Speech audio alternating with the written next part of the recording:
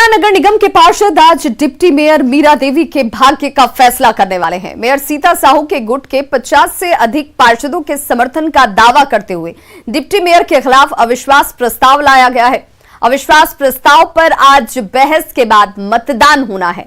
इसे लेकर सुबह से ही पटना नगर निगम में गहमागहमी बढ़ गई है। नगर निगम के बांकीपुर अंचल में बैलेट पेपर से होने वाली मतदान प्रक्रिया को देखते हुए मतदान स्थल पर धारा 144 लागू कर दी गई है। देखिए संवाददाता संजय कुमार की रिपोर्ट। पटना नगर निगम के लिए आज का दिन बेहद खास है। मीरा देवी डिप्टी मेयर के पद पर रहेंगी या नहीं रहेंगी, इसका फैसला हो जाना है। दरअसल पटना नगर निगम में दो गुट हैं, मेयर और डिप्टी मेयर, और मेयर गुट ने ही डिप्टी मेयर के खिलाफ अविश्वास प्रस्ताव लाया है। पटना नगर निगम में कुल मिलाकर 75 पार्षद है, जिसमें एक पार्षद की मौत हो चुकी है। 74 पार्षद डिप्टी मेयर मीरा देवी के भाग्य का फैसला करेंगे, और अगर 38 पार्षदों का समर्थन मिल जाता है तो निश्चित तौर पर मीरा देवी डिप्टी मेयर के पद से हट जाएंगी। हालांकि डिप्टी मेयर का दावा है कि जो अविश्वास प्रस्ताव है वो गिर जाएगा।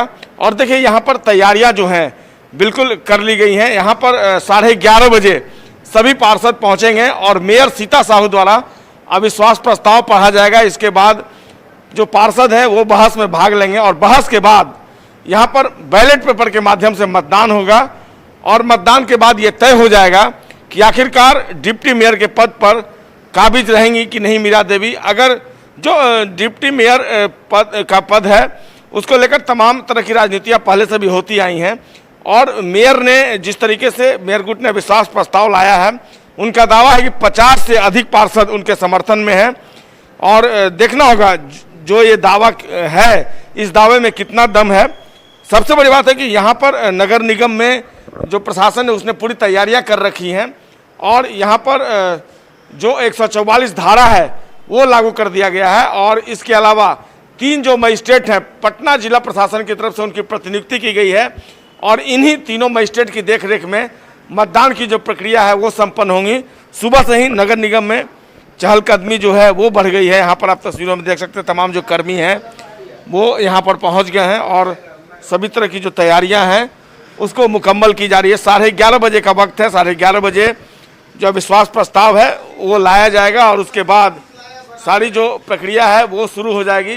तो इंतजार है 11:30 बजे के बाद देखना होगा मीरा देवी के आज भाग्य का फैसला किस कदर होता है। क्या वो अपने पद पर बने रहेंगी या फिर उन्हें अपने पद से हाथ धोना पड़ेगा। कैमरा पर्सन अजय दुबे के साथ संजय कुमार, न्यूज़ 18 पटना। खगड़िया में जहां एक और कोसी और बागमती नदी खतरे के निशान से ऊपर बह रही है, तो वहीं गंडक और गंगा नदी भी उफान पर है, जिस वजह से अलौली और चौथम के साथ साथ खगड़िया सदर प्रखंड के भी कई गांवों में बाढ़ का पानी घुस चुका है। लोगों को भारी परेशानी का सामना करना पड़ रहा है। बाढ़ पीड़ितों की परेशानी का जायजा लिया न्यूज़ 18 संवाददाता दिग्विजय कुमार ने। खगड़िया में कोसी और बागमती नदी खतरे के निशान से ऊपर बह रही है, जिसके कारण कई गांव बाढ़ के चपेट में है। ये हम आपको ये दिखा रहे हैं, ये उत्तरी मारड़ पंचायत है। वहां पर जो गांव है मुरकाई थाना हो गया, बेल्लौर, सिमराहा सहित कई गांव है जिनके आवागमन का एकमात्र साधन अब नाव ही बचा हुआ है। ये आप देख सकते हैं कि लोग नाव से कैसे आवागमन करने को मजबूर हैं। हालांकि खगड़िया जिला प्रशासन के द्वारा एक सरकारी नाव यहां पर चलाया जा रहा है, लेकिन जो बाढ़ पीड़ित है उनका साफ तौर पर कहना है कि एक नाव से यहां पे लोगों को आवागमन करने में काफ़ी मुश्किलें हो रही है। प्राइवेट नाव के सहारे उनको आवागमन करना पड़ रहा है, पैसे दे करके आवागमन करना पड़ रहा है, जिसके कारण उन्हें काफ़ी परेशानी भी हो रही है। यहाँ पर कुछ बाढ़ पीड़ित उनसे हम ये बात करते हैं। डर नहीं लगेगा? सांप देखिएगा 5-5 हाथ का, रात को लपेट लेगा, बस चल जाएंगे सांप या पहन करते क्या करेंगे। बीमारी भी रहता है तो किसी लावला को 50 रुपया देते हैं तो टपा देता है। हाँ, ऐसे कोई उपाय नहीं है। नहीं, इस नाव से कम 2 नाव रहेगा तो मुरकाही भी इसी नाव से कॉन्टेक्ट होता है, जहाँ की 650 का आबादी है। सिमराहा भी 500 का आबादी है, वो भी जो है सो 75% इसी नाव से कॉन्ट्रैक्ट होता है। अब इसी पर जोड़ लीजिए कि कितना होता है। नाव कम से कम 3 नाव चाहिए ना, एक ही नाव है। बिना ला के एक ठो नाव से कोई पानी नहीं है।